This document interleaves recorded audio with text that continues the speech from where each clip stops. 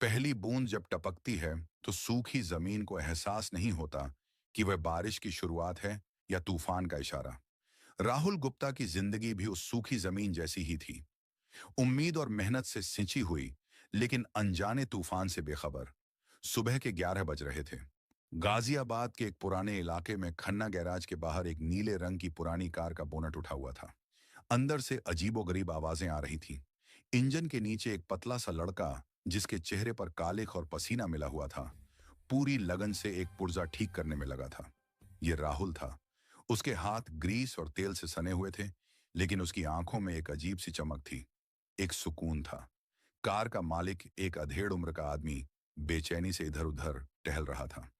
अरे भाई, कितना टाइम लगेगा? ऑफिस के लिए लेट हो रहा हूं। राहुल नीचे से बाहर निकला। अपने हाथों को एक गंदे कपड़े से पोंछा। बस 5 मिनट और अंकल। इसका कार्बोरेटर चौक हो गया था। साफ कर दिया है।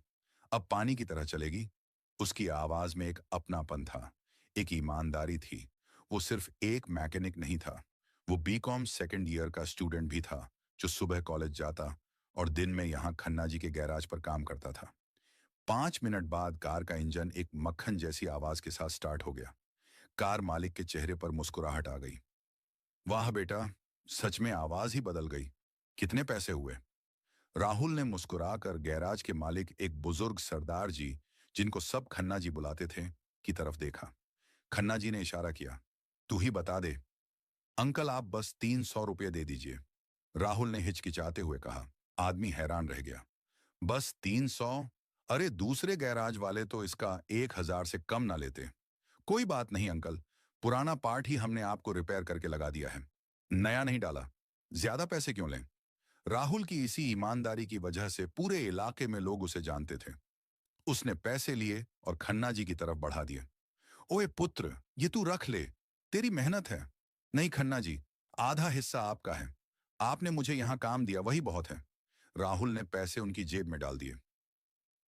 वो यतीम था। बचपन से खन्ना जी ने ही उसे पाला था अपने बेटे की तरह। इस गैराज को वो अपना घर मानता था। काम खत्म करके राहुल ने पानी की बोतल उठाई और गैराज के कोने में बैठ गया। उसकी नजर सामने सड़क पर गई, जहां एक छोटा सा बच्चा एक टूटे हुए खिलौने वाली कार को धक्का दे रहा था, लेकिन वह चल नहीं रही थी। बच्चा रोने ही वाला था। राहुल उठा और उसके पास गया। क्या हुआ चैंप? गाड़ी खराब हो गई। बच्चे ने मासूमियत से सर हिलाया। राहुल ने उसके हाथ से वह प्लास्टिक की कार ली, उसे उल्टा किया और 2 मिनट में उसके आगे का पहिया ठीक कर दिया। ये लो, अब चलाओ। बच्चा खुशी से उछल पड़ा और कार लेकर भाग गया। उसकी मां दूर से यह सब देख रही थी। उसने राहुल को दुआ दी। यह था राहुल, जिसके पास देने के लिए पैसे नहीं थे, लेकिन उसके दिल में सबके लिए दया और मदद का जज्बा था। तभी खन्ना जी उसके पास आए। हाथ में एक टिफिन बॉक्स था। चल पुत्र, रोटी खा ले, सुबह से लगा हुआ है। आपने क्यों तकलीफ की खन्ना जी? मैं बाहर से कुछ खा लेता। चुप कर। मेरी बहू ने तेरे लिए आलू पराठे बनाए हैं। खन्ना जी ने प्यार से उसे डांटा। दोनों एक साथ बैठकर खाना खाने लगे। खन्ना जी ने राहुल के ग्रीस लगे हाथों को देखा। उनके चेहरे पर चिंता की लकीरें आ गईं। राहुल बेटा, कब तक यह सब करेगा? पढ़ाई पर ध्यान दे। कुछ बड़ा बन। ये हाथों की कालिख किस्मत की कालिख ना बन जाए। राहुल ने एक निवाला तोड़ा। खन्ना जी, आप टेंशन मत लो। पढ़ाई भी चल रही है और काम भी। बस एक बार डिग्री मिल जाए, फिर एक अच्छी सी नौकरी ढूंढ लूंगा। फिर ये सब नहीं करना पड़ेगा। उसकी आंखों में सपने थे, बड़े सपने। और यह सारे सपने प्रिया के लिए है ना? खन्ना जी ने उसे छेड़ते हुए पूछा। प्रिया का नाम सुनते ही राहुल के चेहरे पर एक अलग ही रौनक आ गई। एक शर्म और प्यार से भरी मुस्कान। वह पिछले 3 साल से प्रिया से प्यार करता था।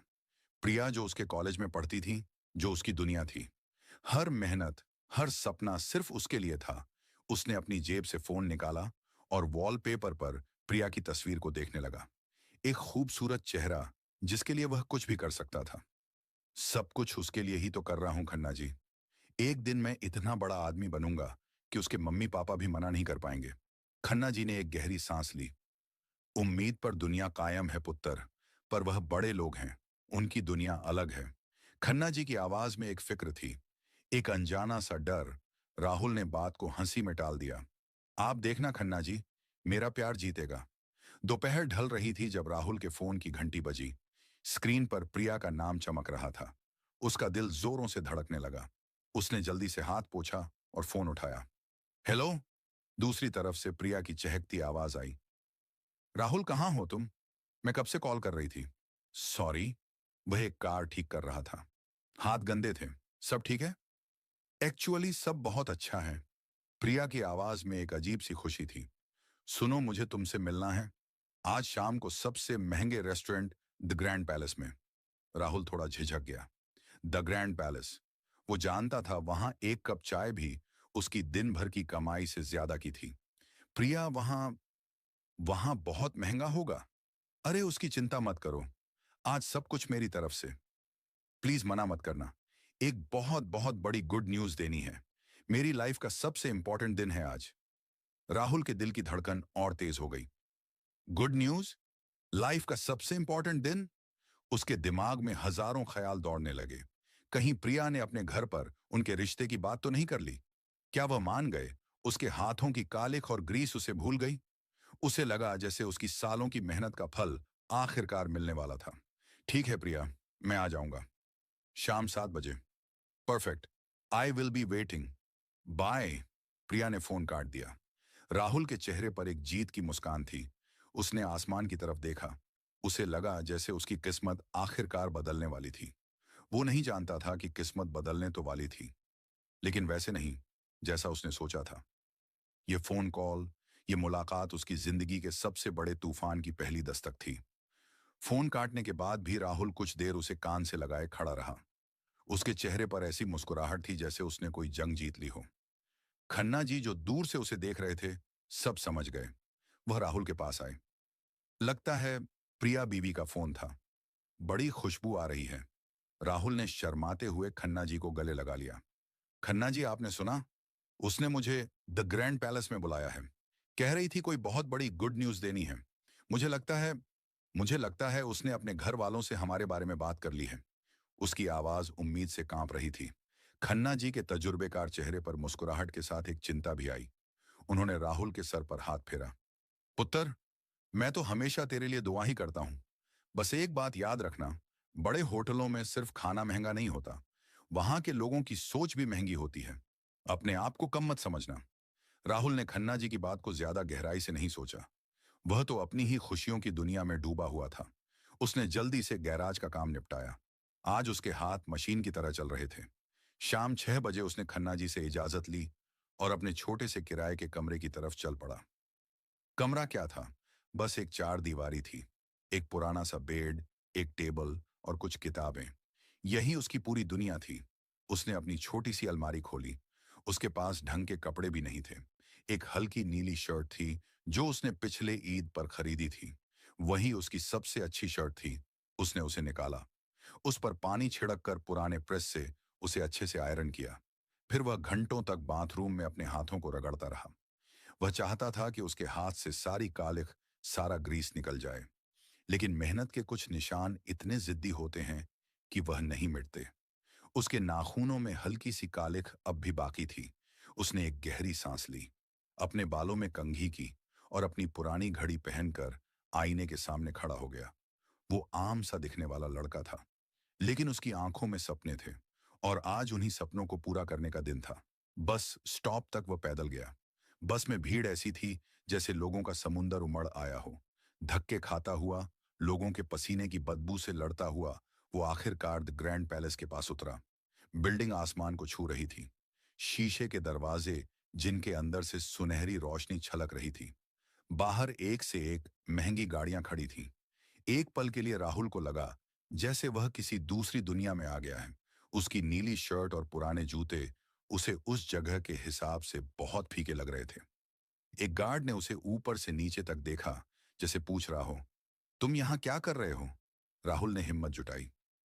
मुझे प्रिया से मिलना है। उन्होंने बुकिंग करवाई है। गार्ड ने इंटरकॉम पर कुछ कहा और फिर उसे अंदर जाने का इशारा किया। अंदर का नजारा किसी महल जैसा था। बड़ा सा चैंडलियर, मखमली कुर्सियां और धीमी आवाज में बजता म्यूजिक। और उस भीड़ में एक टेबल पर उसकी प्रिया बैठी थी। लाल रंग की ड्रेस में वह किसी परी जैसी लग रही थी। उसको देखते ही राहुल अपनी सारी हिचकिचाहट भूल गया। वो उसके पास गया। प्रिया।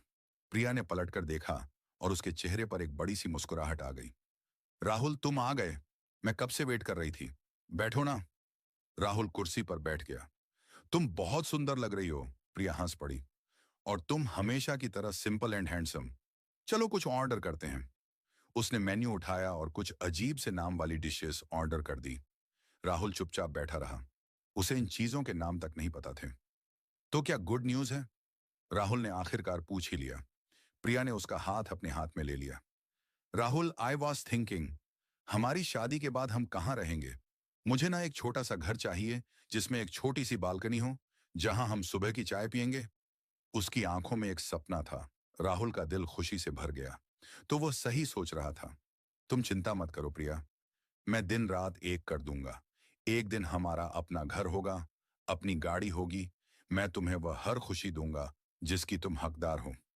आई नो राहुल, मुझे तुम्हारी मेहनत पर पूरा भरोसा है।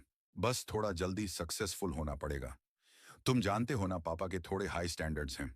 उन्हें लगता है कि एक सक्सेसफुल आदमी वही होता है जिसके पास बड़ा बैंक बैलेंस हो। प्रिया ने यह बात हल्के फुल्के अंदाज में कही, लेकिन इसके पीछे छिपी चिंता राहुल महसूस कर सकता था। मैं उन्हें कभी शिकायत का मौका नहीं दूंगा प्रिया। मैं उनका दिल जीत लूंगा। राहुल ने पूरे विश्वास से कहा। खाना आ गया। वो लोग बातें करते रहे, अपने फ्यूचर के सपने बुनते रहे। राहुल ने उसे बताया कि वह एग्जाम्स के बाद एक मल्टीनेशनल कंपनी में जॉब के लिए अप्लाई करेगा। प्रिया ने अपने सपनों के बारे में बताया। वो एक इंटीरियर डिजाइनर बनना चाहती थी।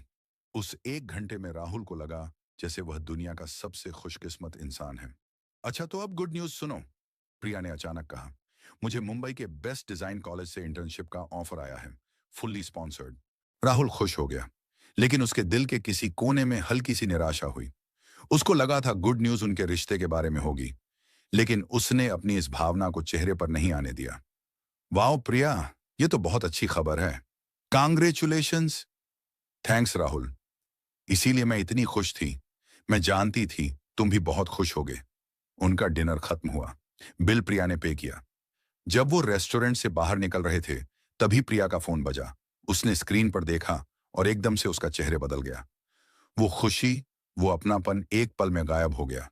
उसके चेहरे पर एक घबराहट आ गई। हेलो जी डैड। उसकी आवाज एकदम से धीमी और फॉर्मल हो गई। राहुल हैरान था।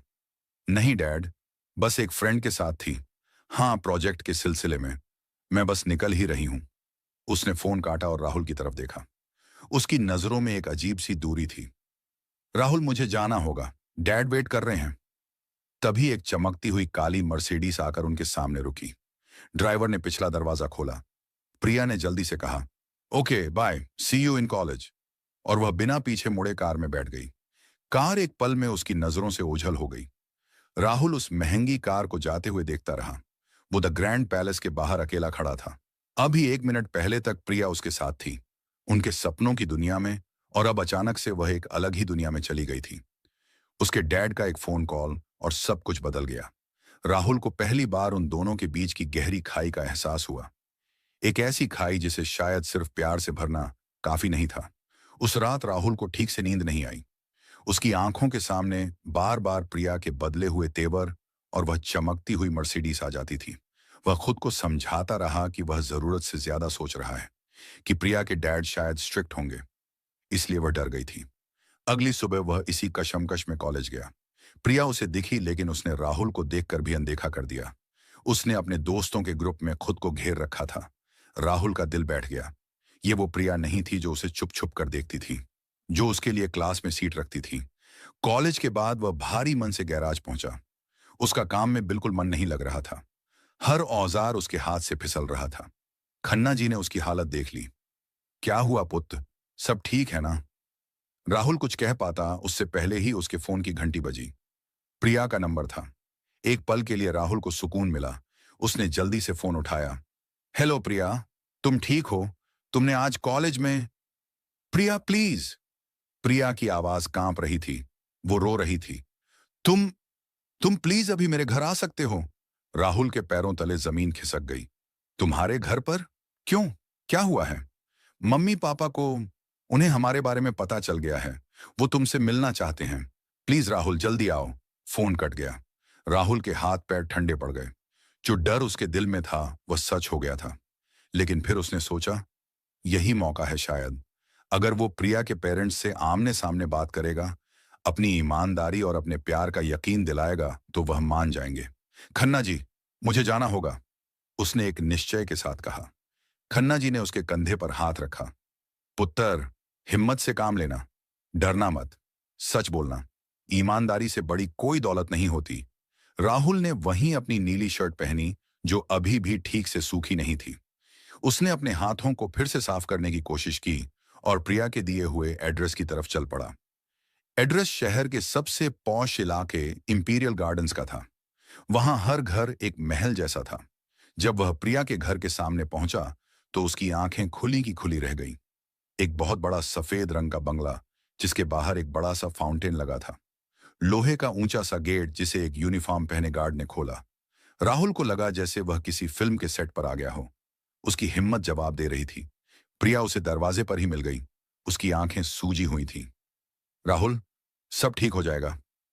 राहुल ने उसे हिम्मत दी, जबकि वह खुद अंदर से डरा हुआ था। प्रिया उसे एक बहुत बड़े ड्राइंग रूम में ले गई। हर चीज विदेशी लग रही थी। बड़ा सा सोफा सेट, दीवारों पर महंगी पेंटिंग्स और नीचे मखमल का कारपेट, जिस पर राहुल अपने पुराने जूतों के निशान छोड़ने से भी डर रहा था। सोफे पर एक अधेड़ उम्र का आदमी बैठा था, जिसके चेहरे पर सख्ती थी। शायद ये प्रिया के पापा थे। उनके बगल में एक औरत बैठी थी, जिसके गले में मोतियों की माला और चेहरे पर घमंड साफ दिख रहा था। ये उसकी माँ थी। उन दोनों ने राहुल को ऐसे देखा जैसे वह कोई कीड़ा मकोड़ा हो। राहुल ने हाथ जोड़कर कहा, नमस्ते अंकल, नमस्ते आंटी। उसकी नमस्ते का किसी ने जवाब नहीं दिया। प्रिया के पापा मिस्टर अग्रवाल ने आखिरकार अपनी आवाज निकाली।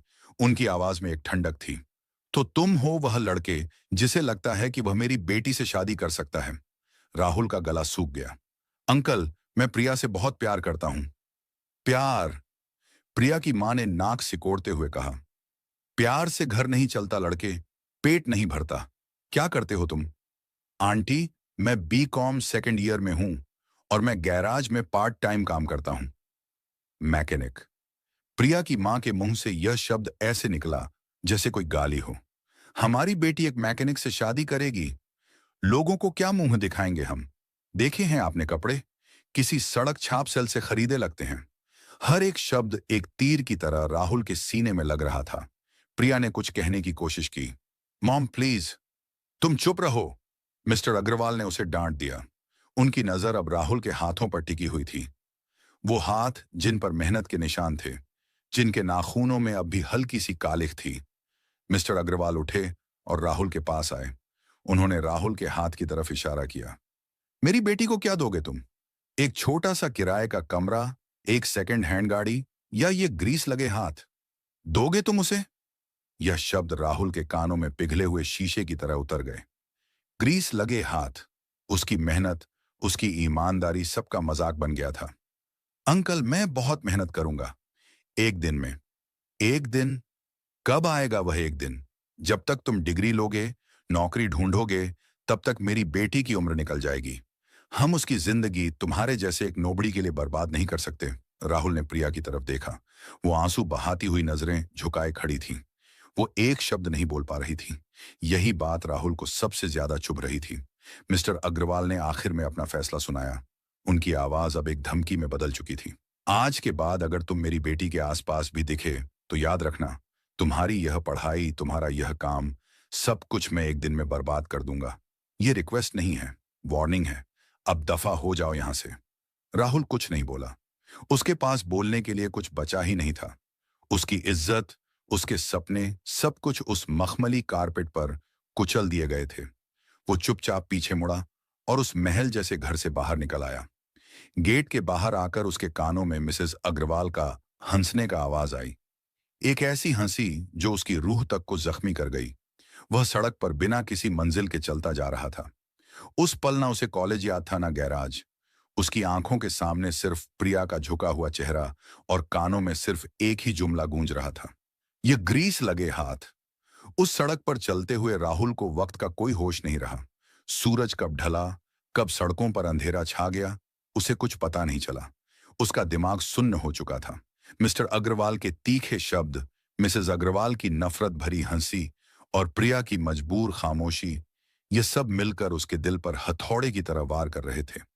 ऐसा लग रहा था जैसे उसके सपनों का शीश महल एक पल में रेत के ढेर में बदल गया हो। थक हार कर जब उसके पैरों ने और आगे बढ़ने से इनकार कर दिया, तब उसने खुद को खन्ना गैराज के सामने पाया। उसके कदम अपने आप उसे वहीं ले आए थे।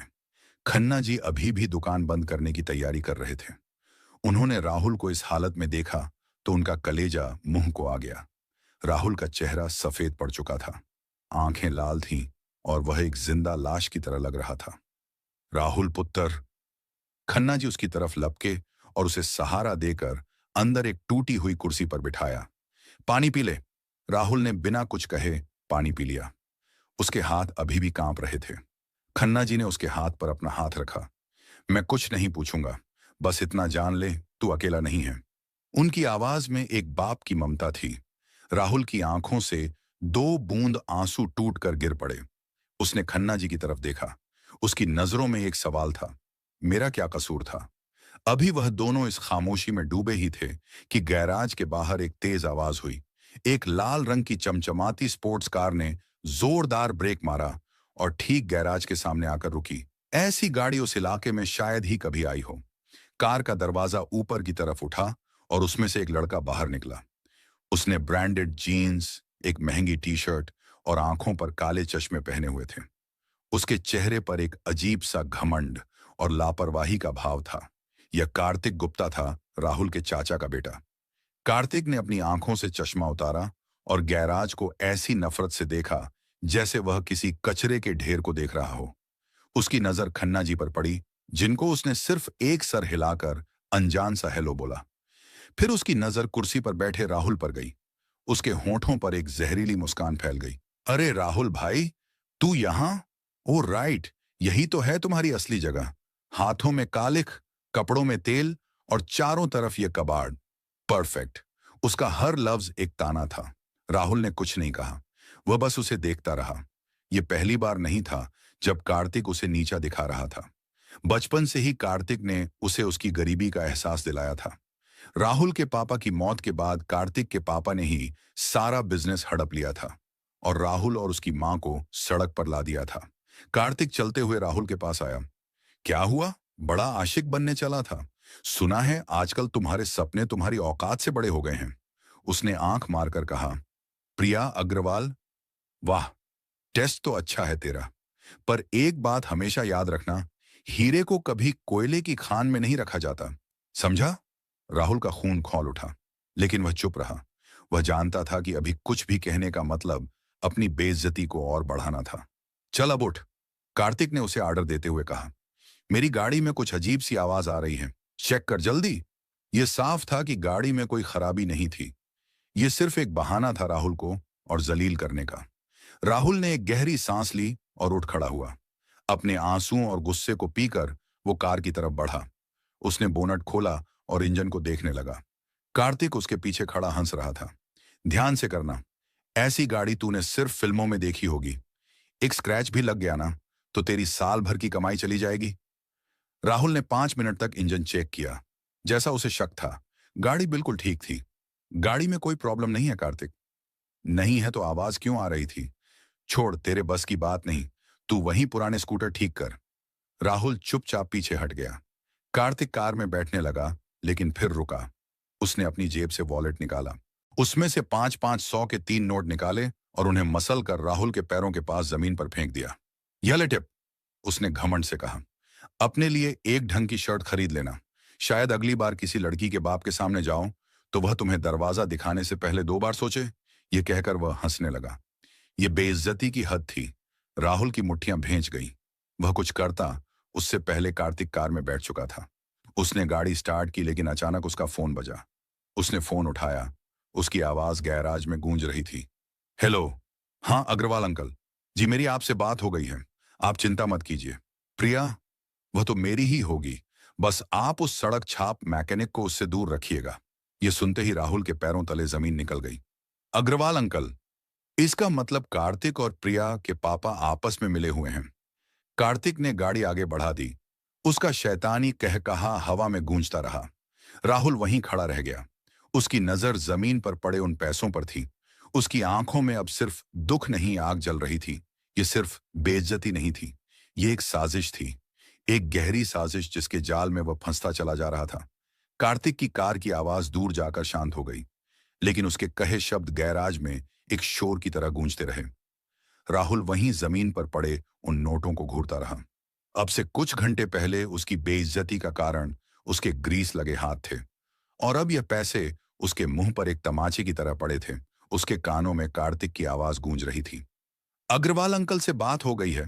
प्रिया तो मेरी ही होगी। साजिश की कड़ियां अब जुड़ रही थीं। ये सिर्फ अमीर गरीब का फर्क नहीं था। ये एक सोची समझी चाल थी। खन्ना जी ने आगे बढ़कर राहुल के कंधे पर हाथ रखा। पुत्र। राहुल ने एक झटके में उनकी तरफ देखा। उसकी आंखों में अब आंसू नहीं थे। एक अजीब सी ठंडक थी, एक पत्थर जैसी सख्ती। वह धीरे से नीचे झुका। खन्ना जी को लगा वह पैसे उठाएगा, लेकिन राहुल ने उन नोटों को छुआ तक नहीं। उसने जमीन पर एक मुट्ठी मारी, उठा और बिना एक शब्द कहे गैराज से बाहर निकल गया। खन्ना जी उसकी पीठ देखते रह गए। उन्होंने जमीन पर पड़े नोटों को उठाया और माथे पर लगाकर बोले, हे वाहे गुरु, मेरे बच्चे को हिम्मत देना। हैप्पी एंडिंग यहां से शुरू होता है। राहुल अंधेरे में चलता जा रहा था। उसका दिमाग फटने को हो रहा था।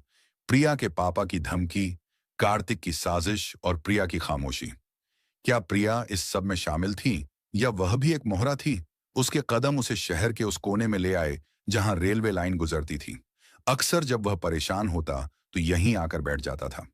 ट्रेनों का शोर उसके अंदर के शोर को कुछ देर के लिए दबा देता था। वो एक पत्थर पर बैठकर सामने अंधेरे में देख रहा था, जब एक जानी पहचानी आवाज ने उसे चौंका दिया। भाई, तू यहां? मैं कब से तुझे ढूंढ रहा था। ये रोमेश था, राहुल का बचपन का दोस्त। रोमेश उसी की तरह एक आम घर से था, लेकिन दुनिया को उससे बेहतर समझता था। थोड़ा गुस्से वाला, थोड़ा सनिकल, लेकिन राहुल के लिए अपनी जान दे सकता था। उसने राहुल की सूजी हुई आंखें और उतरा हुआ चेहरा देखा और सब समझ गया। क्या हुआ? फिर से उस परीलोक की राजकुमारी का कोई नया कांड है? रोमेश ने प्रिया पर हमेशा की तरह तंज कसा। राहुल चुप रहा। रोमेश उसके बगल में बैठ गया। देख भाई, मैं तेरा दोस्त हूं, कोई अनजान नहीं। जो भी है बोल दे, मन हल्का हो जाएगा। राहुल के सब्र का बाण टूट गया। उसने रोमेश को सब कुछ बता दिया। प्रिया के घर पर हुई बेइज्जती से लेकर कार्तिक के आने तक, उसके तानों से लेकर जमीन पर फेंके गए पैसों तक, और आखिर में वह फोन कॉल जो उसने सुनी थी। सब सुनकर रोमेश की आंखों में आग उतर आई। उनकी हिम्मत कैसे हुई अग्रवालों की? खुद को क्या समझते हैं वह लोग? और वह कार्तिक, उस हरामजादे को तो मैं। रोमेश ने गुस्से में एक गाली दी। तुझे उसी वक्त उसके मुंह पर वह पैसे दे मारने चाहिए थे। क्या फायदा होता रोमेश? राहुल की आवाज में एक थकावट थी। वो लोग पावर में हैं, मैं उनसे नहीं जीत सकता। पावर गई तेल लेने। रोमेश ने उसके कंधे पर हाथ मारा। पर तू एक बात मेरी कान खोलकर सुन ले। रोमेश का लहजा अचानक बहुत गंभीर हो गया। मैं बचपन से जानता हूं उस कार्तिक को। वह सांप है। ऊपर से जितना मीठा बनता है, अंदर से उतना ही जहरीला है। उस पर कभी भरोसा मत करना। राहुल ने रोमेश की तरफ देखा। तुझे याद है, जब हम 8वीं क्लास में थे, स्कूल में प्रिंसिपल के ऑफिस का शीशा टूटा था। गलती उसकी थी। उसने बॉल मारी थी, लेकिन जब पूछा गया तो उसने सीधा तेरा नाम ले लिया था, और तू उस दिन पिट गया था। यह बात राहुल को याद थी। उस दिन उसे पहली बार एहसास हुआ था कि कार्तिक कितना नीचे गिर सकता है। रोमेश आगे बोला, राहुल तू बहुत भोला है। तुझे लगता है कार्तिक को प्रिया पसंद है, घंटा पसंद है। वह सिर्फ उसे हासिल करना चाहता है, और वह भी इसलिए क्योंकि वह चीज तुझे पसंद है। यह उसकी पुरानी आदत है, तेरी हर चीज छीन लेना। तेरा खिलौना, तेरी क्लास में फर्स्ट आने की खुशी, और अब प्रिया। रोमेश की बातों ने राहुल के दिमाग के ताले खोल दिए। उसके सामने कार्तिक का घमंडी चेहरा आ गया। उसे सब कुछ अब साफ दिखने लगा था। मिस्टर अग्रवाल का उसे बुलाना, उसकी बेइज्जती करना, और फिर कार्तिक का अचानक वहां आ जाना, यह सब एक प्लान का हिस्सा लग रहा था। तो प्रिया? राहुल के मुंह से बस इतना ही निकला। मैं उस लड़की के बारे में कुछ नहीं कहूंगा। हो सकता है वह मजबूर हो सकता है वह अपने माँ बाप से डरती हो, लेकिन मजबूरी में इंसान साथ छोड़ सकता है, पर गलत का साथ तो नहीं दे सकता ना। राहुल इस सवाल का जवाब नहीं दे पाया। उसका दिल अभी भी प्रिया को बेगुनाह मान रहा था, लेकिन उसका दिमाग रोमेश की दलीलों को झुठला नहीं पा रहा था। मेरी एक सलाह मान भाई, रोमेश ने आखिर में कहा। प्रिया से दूर रह, कम से कम कुछ दिन। और उस कार कम से कम कुछ दिन। और उस कार्तिक से तो उससे हमेशा 100 कदम दूर रहना। डोंट ट्रस्ट कार्तिक, एक पल के लिए भी नहीं। रोमेश के यह शब्द अभी हवा में ही थे कि राहुल के फोन पर एक मैसेज की बीप हुई। उसने कांपते हाथों से फोन निकाला। स्क्रीन पर प्रिया का नाम था। मैसेज खोला। लिखा था, Rahul, I am so sorry. जो भी हुआ वह अचानक हो गया। प्लीज मुझसे एक बार मिलो। I need to explain. Please. Rahul message को घूरता रहा। एक तरफ उसके सबसे अच्छे दोस्त की चेतावनी थी, जिसमें बचपन का अनुभव और दुनिया की समझ थी, और दूसरी तरफ उसके प्यार की दुहाई थी, जिसमें एक आखिरी उम्मीद छिपी थी। उसका दिल और दिमाग एक अजीब सी जंग लड़ रहे थे। क्या उसे प्रिया से मिलना चाहिए?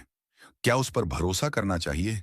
या यह उस साजिश का अगला हिस्सा था, उसे फंसाने के लिए एक नया जाल? लेकिन इससे पहले कि राहुल कुछ जवाब दे पाता, उसके फोन पर एक अनजान नंबर से कॉल आई। हेलो, राहुल गुप्ता। जी, कौन बोल रहा है? मैं श्रीराम अग्रवाल हूं, अग्रवाल इंडस्ट्रीज का मालिक। मुझे तुमसे मिलना है, कल सुबह 10 बजे मेरे ऑफिस में। ये तुम्हारी जिंदगी बदल देने वाली मुलाकात हो सकती है। राहुल हैरान रह गया। सर, लेकिन कल सब कुछ समझ जाओगे। Just be there. Phone cut गया। राहुल और रोमेश दोनों एक दूसरे को देखते रह गए। ये कौन है? रोमेश ने पूछा। पता नहीं, लेकिन इस आदमी का नाम प्रिया के पापा से मिलता जुलता है। अगली सुबह राहुल ने अपनी सबसे अच्छी शर्ट पहनी और अग्रवाल इंडस्ट्रीज के ऑफिस के लिए निकला। ये एक बहुत बड़ी इमारत थी। रिसेप्शन पर उसका नाम पहले से ही रजिस्टर था। जब वह मुख्य केबिन में पहुंचा तो एक 60 साल के व्यक्ति बैठे थे। उनके चेहरे पर एक दयालुता थी। बैठो बेटा। राहुल डरा हुआ था। ये कहीं प्रिया के पापा के रिश्तेदार तो नहीं? कहीं यह उसे और बेइज्जत करने की एक नई साजिश तो नहीं? तुम डर रहे हो। डरने की जरूरत नहीं। मैं अशोक अग्रवाल का चचेरा भाई हूं, लेकिन हमारी सोच बिल्कुल अलग है। श्रीराम जी ने समझाया। बेटा, मैं कल रात तुम्हारी बात सुन रहा था। अशोक ने तुम्हारे साथ जो किया वह गलत था, लेकिन असली बात यह है कि मैं पिछले कई महीनों से तुम्हें ऑब्जर्व कर रहा था। राहुल हैरान था। तुम्हारी ईमानदारी, तुम्हारी मेहनत और तुम्हारा कैरेक्टर देखकर मैं बहुत प्रभावित हूं। मैं एक ऐसे युवा की तलाश कर रहा था जिसमें असली जज्बा हो। पैसा तो बनाया जा सकता है, लेकिन कैरेक्टर नहीं बनाया जा सकता। श्री राम जी आगे बोले, मैं तुम्हें मेरी कंपनी में इंजीनियरिंग हेड की जॉब ऑफर कर रहा हूं। साथ ही तुम्हारी पढ़ाई की पूरी जिम्मेदारी भी मैं लूंगा। सिर्फ एक शर्त है, तुम्हें अपनी मेहनत और ईमानदारी बरकरार रखनी होगी। राहुल को यकीन नहीं आ रहा था। सर, लेकिन मैं सिर्फ बीकॉम का स्टूडेंट हूं। इंजीनियरिंग भी करवा दूंगा बेटा। तुम्हारे अंदर प्रैक्टिकल नॉलेज है, बाकी सब सिखा दूंगा। राहुल की आंखों में आंसू आ गए। पहली बार किसी ने उसकी मेहनत की कद्र की थी। एक बार फिर सोच लो सर, मैं सिर्फ एक गैराज में काम करने वाला। बेटा, श्री राम जी ने रोका। सफलता का मतलब यह नहीं कि तुम कहां से आए हो। मतलब यह है कि तुम कहां जा सकते हो, और तुम बहुत दूर जा सकते हो। 5 साल बाद राहुल अब श्रीराम इंडस्ट्रीज का चीफ टेक्निकल ऑफिसर था। उसने अपनी बीटेक और एमटेक कंप्लीट की थी। उसकी कड़ी मेहनत और इनोवेशन से कंपनी ने नई ऊंचाइयां छुई थी। शहर का सबसे युवा और सफल इंजीनियर के रूप में राहुल की पहचान थी। लेकिन उसने अपनी सादगी नहीं छोड़ी थी। वह अभी भी खन्ना जी को अपना बाप मानता था और हर हफ्ते गैराज जाकर उनसे मिलता था। एक दिन कॉलेज के रियूनियन में राहुल को जाना पड़ा। वहां उसे पता चला कि प्रिया की शादी कार्तिक से नहीं हुई थी।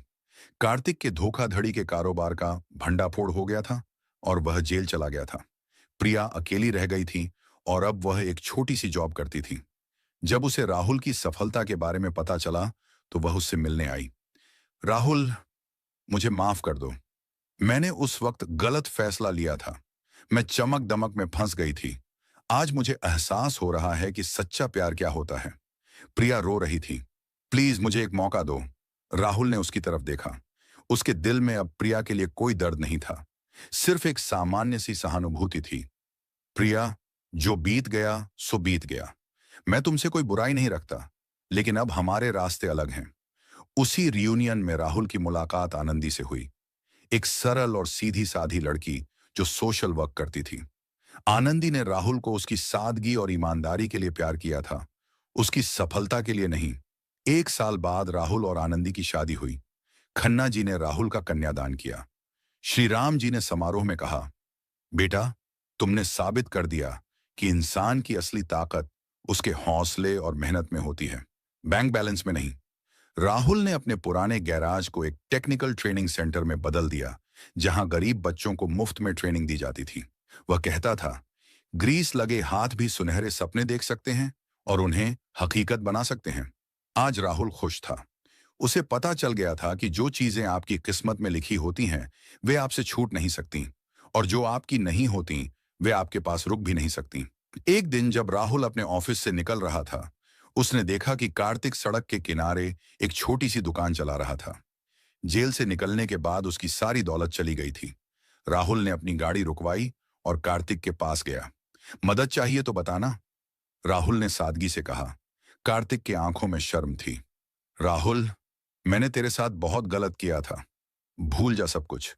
हम नया स्टार्ट करते हैं। राहुल ने कार्तिक को अपनी ट्रेनिंग सेंटर में काम का ऑफर दिया। आज जब राहुल अपने घर की छत पर खड़ा होकर शहर को देखता है, तो उसे अपनी उस रात याद आती है जब वह टूटा हुआ रेलवे ट्रैक के पास बैठा था। उसकी पत्नी आनंदी उसके पास आकर खड़ी हो जाती है। कुछ सोच रहे हो? बस ये सोच रहा था कि कैसे जिंदगी का हर तूफान हमें कुछ नया सिखाता है। उस रात मुझे लगा था कि सब कुछ खत्म हो गया, लेकिन असल में वह मेरी नई शुरुआत थी। आनंदी मुस्कुराई। और मुझे लगता है कि सबसे अच्छी बात यह है कि तुमने अपने दिल की सादगी नहीं खोई। राहुल ने उसका हाथ पकड़ा। हाँ, क्योंकि अब मैं जानता हूं कि असली खुशी उसमें नहीं है जो तुम्हारे पास है, बल्कि उसमें है जो तुम दूसरों को दे सकते हो। दूर खन्ना गैराज की रोशनी दिख रही थी, जहां अब भी खन्ना जी काम कर रहे थे। राहुल हर शाम वहां जाकर उनके साथ चाय पीता था। राहुल की कहानी यह साबित करती है कि मुश्किलें इंसान को तोड़ने के लिए नहीं, निखारने के लिए आती हैं। जो व्यक्ति अपने सिद्धांतों पर डटा रहता है, समय उसे जरूर उसका हक दिलाता है। आज राहुल के पास वह सब कुछ था जिसका उसने कभी सपना भी नहीं देखा था। और सबसे बड़ी बात यह थी कि उसने यह सब अपनी मेहनत और ईमानदारी से पाया था। वे ग्रीस लगे हाथ आज दुआओं में तब्दील हो चुके थे। हर उस व्यक्ति की दुआ जिसकी राहुल ने मदद की थी,